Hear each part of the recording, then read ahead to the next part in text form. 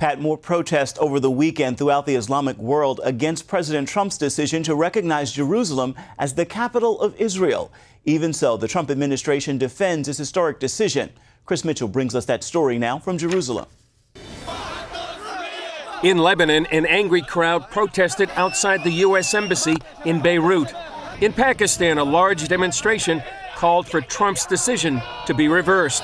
And in Turkey, Turkish President Recep Erdogan called Israel a terror state and more.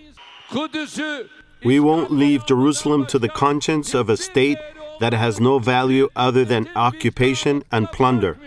We will continue our struggle within law and democracy with determination. But U.S. Ambassador to the UN Nikki Haley defended the president's decision. We don't do things just to please every other country in the world. We do things to advance the ball. And that's what the president did with this. He said, this is time that we acknowledge reality. It's been 22 years in the making. It was time. And not only that, Chris, it's the right thing to do. It's the right thing to do. Israel should be no different. On Sunday, a terrorist severely wounded a security guard in a stabbing attack at Jerusalem's main bus station.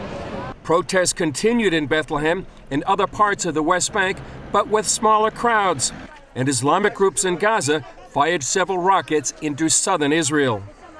During a press conference with Israeli Prime Minister Benjamin Netanyahu, France's President Emmanuel Macron condemned those attacks, while Netanyahu addressed the issue of Jerusalem. Paris is the capital of France. Jerusalem is the capital of Israel. It's been the capital of Israel for 3,000 years. It's been the capital of the Jewish state for 70 years. We respect your history and your choices, and we know that as friends, you respect ours. The Arab League also met in emergency session about Trump's decision, and the decision may affect Vice President Mike Pence's upcoming trip to Israel. A demonstration in Bethlehem said Pence should not visit the birthplace of Jesus. Chris Mitchell, CBN News, Jerusalem.